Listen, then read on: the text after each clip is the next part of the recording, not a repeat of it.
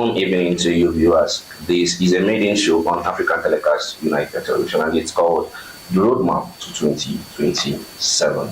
This is a show that will take you through the journey of politics as we work towards the 2027 general elections, both at the national level and at the state level, helping you not just to make sense, but also to make a credible decision towards 2027. Down here in Enugu State, the capital of Eastern Nigeria. At the center of it all is the governor of Enugu State, Governor Peter Mbah, a man who has gone through trials and triumphs, a man who has gone way beyond to bring about smart schools, or what he calls the smart green schools. He has also gone ahead to bring about what he also calls the type 2 hospitals across all 260 wards in Enugu State. He has also built roads over and beyond. But amongst all this, there are trickles of questions, because while there are triumphs, there are also trials following it. Because while people are saying there are works going on here and there, people are also asking the question, why must the people be taxed excessively to achieve this particular objective? But joining us today to look at a clearer perspective of what the governor has done, both in the political arena and also in the arena of governance, is no other person than the man that bridged the gap between the government and the people, especially as it regards public opinion in the new media, who is the SSA to the governor on new media, Honorable Ruben Onishi. He will be joining us today to look at all of these issues and provide fresh perspectives to this issue. Honorable Ruben Onishi, welcome to the show. Thank you very much. I'm glad to be here. Honorable, let's begin from the most basic of it all. Okay. Take us through what Governor Peter Mbah has done, starting from the day of his inauguration to today. Make it brief. Well, thank you very much. I want you to know that there are over 2,000 projects that are ongoing currently. The governor has just been in office for barely 2 years, and a whole lot has been achieved, ranging from the new Enugu city, the type 2 hospitals, 260 smart schools, Hotel Presidential, the revamping of moribund assets, Hotel Presidential, Niger Gas, ICC, Enugu International Hospital.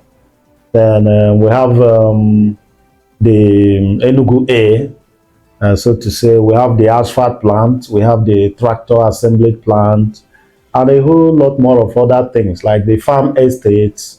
So many projects that are ongoing, so it's about governance. The governor is someone that is giving to, let me say, he understands Enugu State, and then the problems, the challenges facing the state.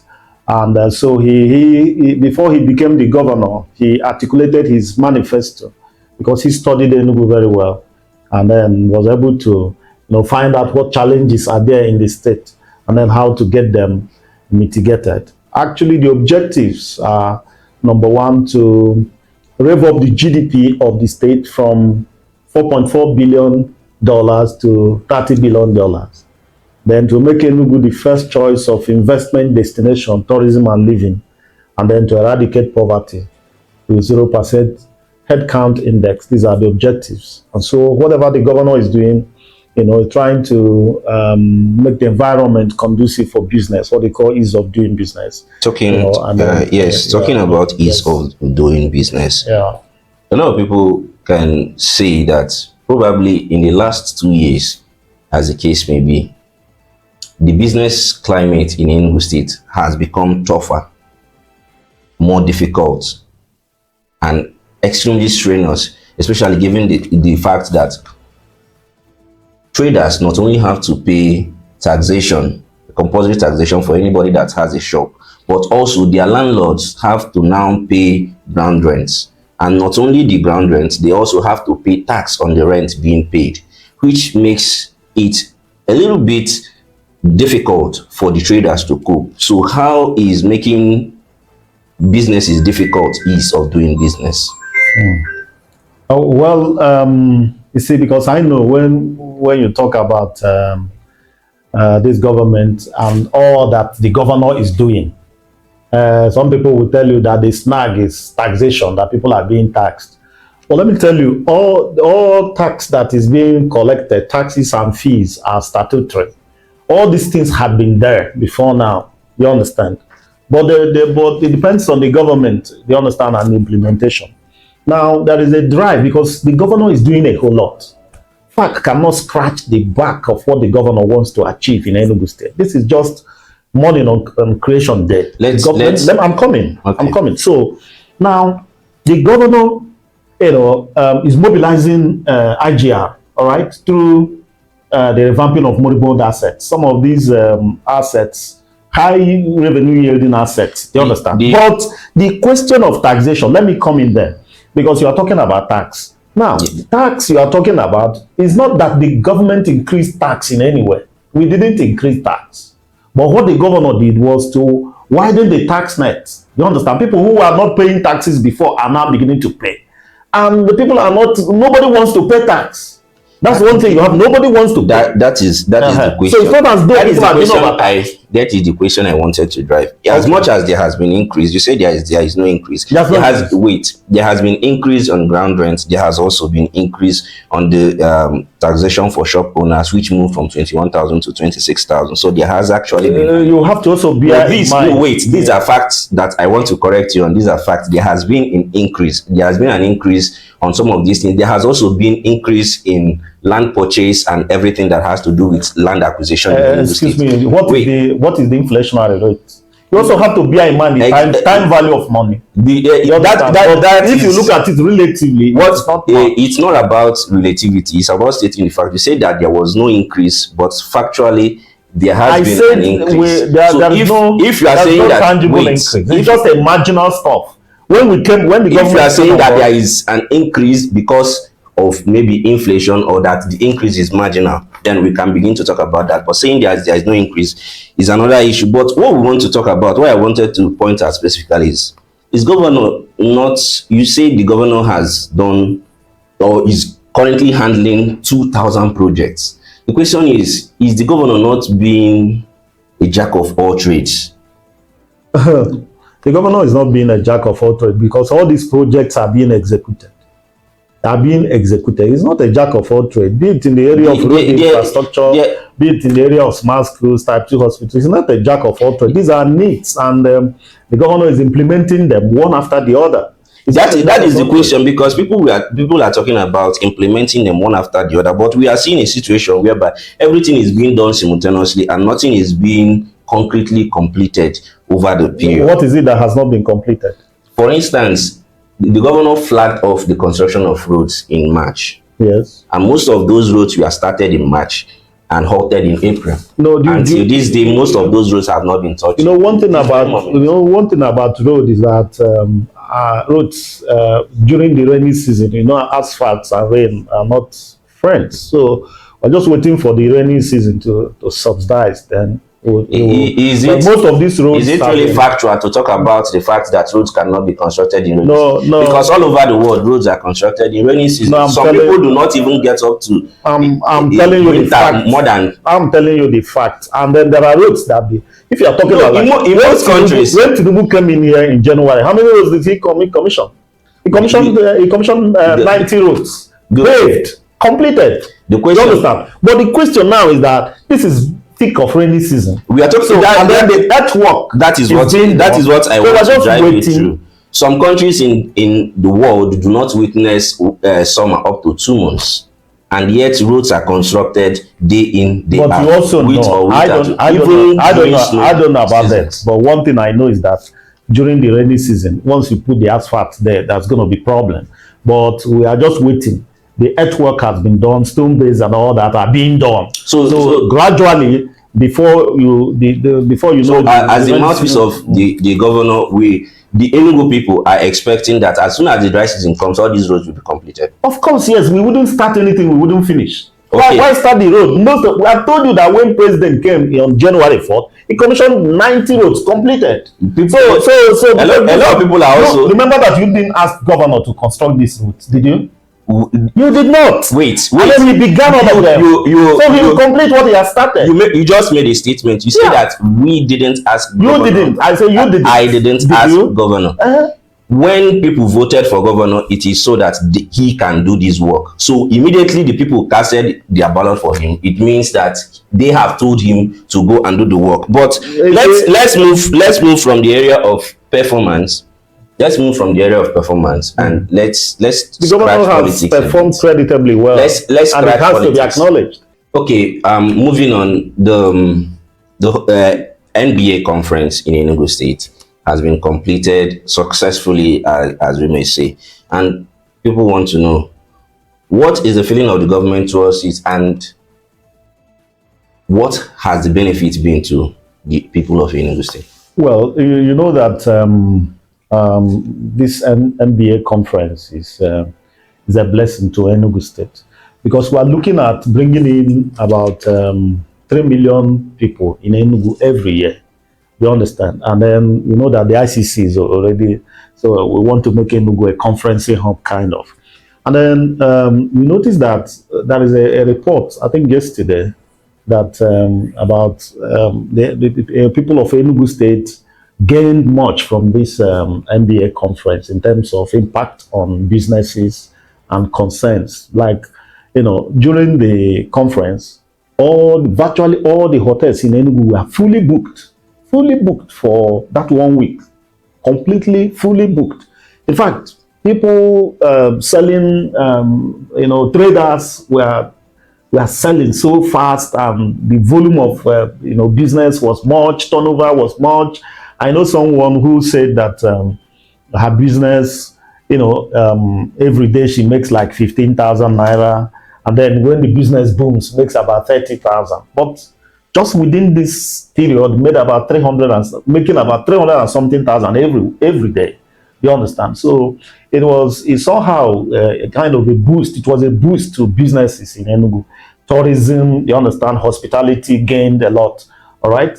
Now you're talking about tourism and hospitality. Yes. The presidential hotel is said to have been completed. Yes. And a lot of people, and there are images on social media saying that it has not been completed. And you are talking about NBA conference, people are enjoying it. Hotel presidential has been completed.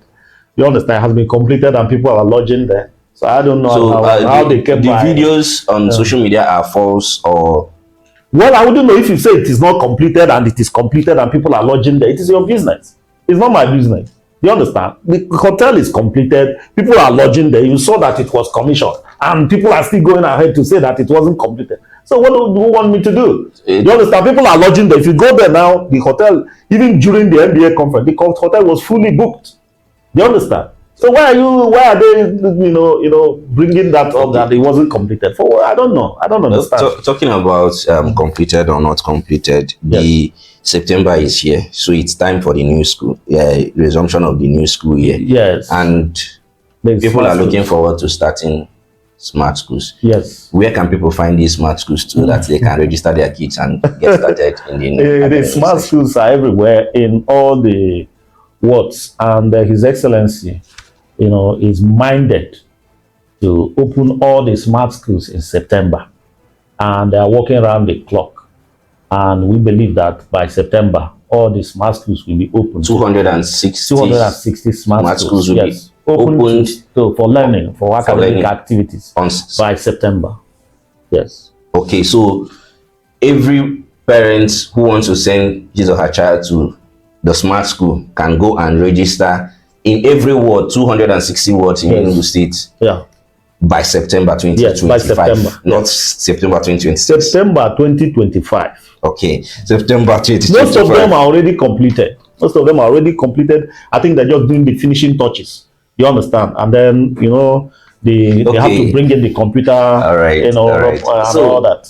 Basically, you said it's at the finishing touches. So we hope that by September will Yes. get going. So Yes. now there has been issues. Let's now move from area of governance to area of politics, of course. Okay. So there have been issues and there have been rumors that His Excellency the Governor of Enugu State is about to move into the All Progressives Congress, and there are some people on social media and every other place, even across wards and polling units during their rallies, saying that they will not allow the governor to enter the All Progressives Congress. And some are saying if he will enter, he should go and register in his ward and all of that. What is the political nomenclature surrounding the governor of Enugu State as of today? The fact is that if governor wants to enter any political party, he will enter with all his structure, crowd out whoever that does he want to enter. You understand? But the fact remains that, number one, I want you to understand that Mbah is an institution. All right. So we're no longer even talking about party in Enugu State so much as we are talking about, the institution that he has become. And so, therefore, wherever he goes, whatever institution cannot run for election, it must be under a political party. Yeah, it must be under a political party. Yes, I agree with you. All right. But the fact remains that right now we're in PDP. We haven't gone to any other place. So if the governor is going to APC or any other place, he will be communicated in due course. But for now, this is where the governor is. All right. So everything remains. For now, the governor is a member of the People's Democratic Party. Of course, isn't he? Of course, he is. So he hasn't moved to APC. Everything remains within the precinct of speculation. People are speculating, people are expecting and all that. But the fact remains that the governor is... There are no people blocking the governor from entering. Who can block? Who is that? Who can block the governor from entering APC? If the governor wants to enter, he will crowd out whoever that is there out. He will move. He will move with all the structure and crowd whoever that is there out. So how can anybody block the governor from entering APC? Nobody can do that. It's not possible. I can assure you, it's not possible. So currently, the governor has not yet decided his future, or he is sticking with the people. But the fact remains that you and I know that governor has not moved to anywhere. He has not moved to APC. You understand? So that is the fact as it is. Okay, as the mouthpiece of the state government and someone who also works in Lion Building, there were rumors that filtered out about 2 days ago that people can't find the flag of the People's Democratic Party in the government. I just want to know, is that true or not? All these things are speculative rumors. They're just people are kind of all manner of permutations. So nothing has changed. These are expectations, and when expectations, people want these expectations to become real, and so they are speculating. Still within the realm of speculation. I don't know that there is any flag anywhere that was lowered. I'm not aware of that. I'm not aware. Okay. I'm not aware. Is the governor going to support President Bola Ahmed Tinubu in 2027? Well, you also know, you understand that His Excellency is hand in glove with the president. President visited on January 4th and commissioned a lot of projects here. So the fact remains that they are friends. The president himself acknowledged the fact that they are friends because the president identifies with Mbah because of what he's doing. You understand? He says he's working. He's arguably one of the best governors in Nigeria. Do you understand? So they're close, all right? And so coming to whether Mbah will support president or not is really not the issue now, because as a matter of fact, if you are in a party, you support the candidate of and your party. PDP has zoned it to the south. So yes, are we looking at Mbah supporting a southern candidate from the PDP or supporting? Oh no, what we are saying is that PDP, yes, has zoned it to the south. So if it is zoned to the south and then a candidate emerges, of course, you work for your party. Okay? That is if he's still in the PDP by then. You understand? But if he moves to any other place, we will move with him. And that's it.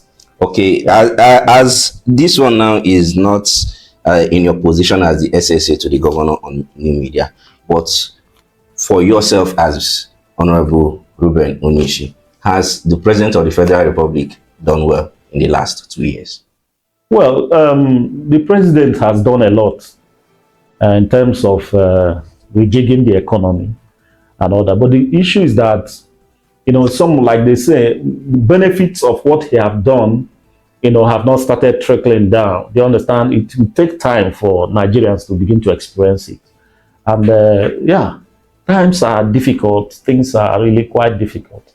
Nigerians are suffering, so to say. But the fact is that the president has taken a lot of initiatives in terms of economic reform and all that. And these things, naturally, reformation may bring difficulties, but at the end of the day, Nigerians will begin to benefit from it. That's what it is. And remember, the president has just been in office for 2 years. 2 years is not all that enough for us to make conclusions about the president. So that is what I think. So Nigerians should be patient. All right. Okay. And you also understand that, like, you know, when you remove subsidy, all right, that has a direct impact on the people. But you will agree with me that that subsidy has also yielded a lot of funds to the states. The states and the local governments are also benefiting. Yes, are getting, which is why people are asking. Why is what if, like what if people are getting twice what we are getting before? Yeah, why should the governor have to tax us? No, excuse me. Yeah, you see, like I said, what the governor wants to do, this tax of a thing is not even that much. Remember that the governor has just driven the IGR of Enugu State to about 500 billion per annum. Now, it's not about tax, all right? It is about what is doing, revamping moribund assets. Do you know how much we are making from these assets? How much are we making? We are making a lot. Enugu people want to understand how much are we making, because there has been a lot of assets. Governor Mbah said something. Let me arrive at this question so that you can get me clearly. There has been a lot of questions being asked, and just like you said, a lot of moribund assets has been revamped, like the International Conference Center, like the Presidential Hotel, like the Nike Lake Hotel, like the Niger Gas. And people are asking, all of these things, after commissioning, we hear that it is under public-private partnership. And we don't ever get the details of this public-private partnership. And it seems like they use the money that belongs to Enugu State, construct or reconstruct or revamp these assets, and when it is now time to start making profit, they bring in the private company to come and not just share, but nearly take more than a lion's share of the profit of what was built with Enugu State public funds. And Enugu people will also have to pay almost equal to what every other person pays, especially when you talk about the transportation, the hotel, and all of that. People want to understand clearly, what is Enugu State government benefiting from these revamped public properties that has been handed over to private companies? You know, the handing over of these assets to private concerns is meant for sustainability and effective management. All right, that is not to say that the state government is not a fool to build these things and not benefit from them. What are we benefiting? All right, so of course, when you enter into agreement, aren't you benefiting something? What are we benefiting? That is what Enugu State. The fact is that there is an agreement, you understand, a partnership with the private sector.